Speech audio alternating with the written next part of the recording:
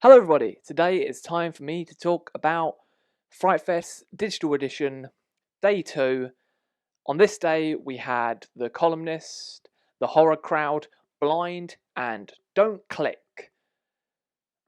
I could say this was a mixed bag, but it wasn't. There was only one good film for me, in my opinion, and that was The Columnist. The Columnist is a Dutch film, a social media revenge film about a woman that keeps getting all this abuse on Twitter because of the columns that she writes in a paper that she works for, and then she's getting death threats, and then she decides she's going to go and get some revenge on people that are writing horrible things about her.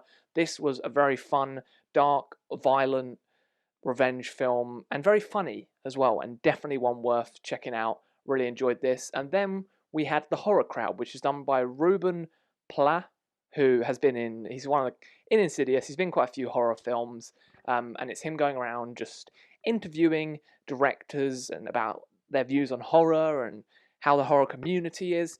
This felt just like a very amateur documentary because every single time it focuses on someone, it focuses on them for about 10 seconds and quickly rushes over to the next thing. And I wish it had focused on people just for a bigger length of time, just focusing on one person and then gone on to the next interview, because it does this thing where they're interviewing this guy about Resident Evil and he's properly getting into talking about it, and they quickly flick next to the next person. That person's on the screen for 5 seconds and they quickly flick back to him speaking about Resident Evil. Just do the one interview, just do that bit, and that would be good. There's even a part where the narrator just says, "Oh, you've worked on films like Planet of the Apes and Happy Feet," and then they just go away from talking to that guy. We just see Happy Feet appear on screen. I'm like, why is Happy Feet a horror now?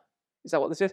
So it's a documentary that you can tell the people are having a nice little chilled out chat with Ruben, and they're having, they're enjoying what they're doing. He does feel a bit too close to comfort when speaking to people, but everyone seems to be having a nice time. But it just wasn't a documentary for me because of how amateur it feels. We have this weird font appearing on screen randomly at points, and it just doesn't feel like something that even new horror fans could watch, because it does ruin quite a few horror films, and I don't feel like it's something that people that are really into horror would watch as well, because it's going to already talk about things that you sort of already know, and it doesn't really have that much life to it. That probably sounds mean to say, but I just didn't really get anything from this documentary. And then we move on to Blind. Blind was this film that everyone was sort of going quite mad about. They thought it was going to be the next big slasher with this character, Pretty Boy, who wears this mask where he's got little blonde hair on top and blue eyes, and it's just this staring look, and everyone thought this is going to be an amazing slasher. It's not. This is from the same director of the Blood Feast remake, which when showed at FrightFest in 2016, the whole audience laughed at it. And I think if this film had been shown with an audience, they would have been laughing throughout. Blind is really badly done. The way that the actresses are acting blind is just looking completely forwards, and I don't think they actually decided to speak to an actual specialist that could tell them this is how you should act if you're going to be pretending to be blind in this film. It just looks really bad. Pretty Boy isn't really that threatening. A man like my friend Gary, who posted this on Twitter, said that a man that comes into the woman's flat and sniffs her underwear is more threatening than the villain in this film, and that is actually very, very true. There's nothing really scary about this. When the slasher's going around grabbing people, when Pretty Boy is going around grabbing people, the gore isn't really there. He grabs someone in the first bit of the film, and all we sort of get is this weird side angle shot of it trying to look very stylized, but it doesn't really work, and then it's just above where Pretty Boy's face, and you could tell this woman's getting a knife to her throat, but you're not actually seeing that. So it doesn't actually do any gore, and it doesn't feel like a film. I can't really call it a slasher because it's not a proper slasher. It's more a romantic film for ages, because she's blind, but she's also seeing a guy that is a mute and only uses his phone to speak, which the voice on the phone is hilarious to listen to and was really, really badly done, and everyone has called the guy that played the character in this a Poundland Jason Momoa. Blind just wasn't a good film, and I feel like this is going to be something that people are going to love Pretty Boy somehow, but he's not a good slasher. He's not a good character, and I really, really didn't enjoy Blind, and this is definitely was the worst film of the festival. But hey, we then got Don't Click.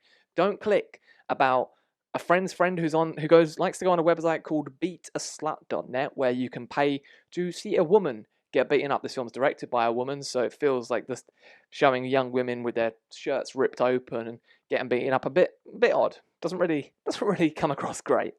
And the other friend who has found out this friend is going on this website is sort of like, oh, that's a bit wrong, but also sort of just lets it pass. And then one day the friend gets sucked into the computer, into beataslut.com, and then the other friend gets home and is like, oh, what's going on? Then he gets sucked into the computer, and then we pretty much get Hellraiser on a computer. This is a horrible film. The special effects are bad. When they get sucked into the computer, the frame rate drops to try and be stylish and have people move in.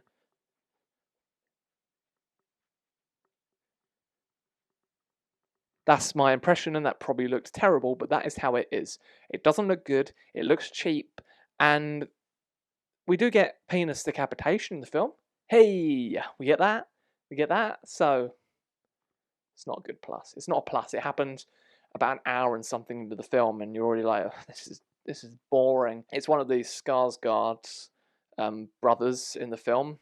His main person in the film. He also played Forced in Lords of Chaos, and he was alright in that. But in this, he's very bad and dull. This whole film's very dull, and wasn't a great closer to the night, and it's possibly one of the worst films I've seen this year, and one of the worst films that's played at FrightFest. FrightFest, sadly, the digital edition hasn't been that great for me so far, and I'm hoping it picks up. But if you've seen any of these films at FrightFest, did you enjoy them? These are just my opinions. If you enjoyed them, it's all cool. It's all good. Let's have a discussion about it. Let's talk about it. And what are you excited to see if you are at FrightFest? What are the other films that you're excited to see? I will see you all again tomorrow for day 3. Goodbye.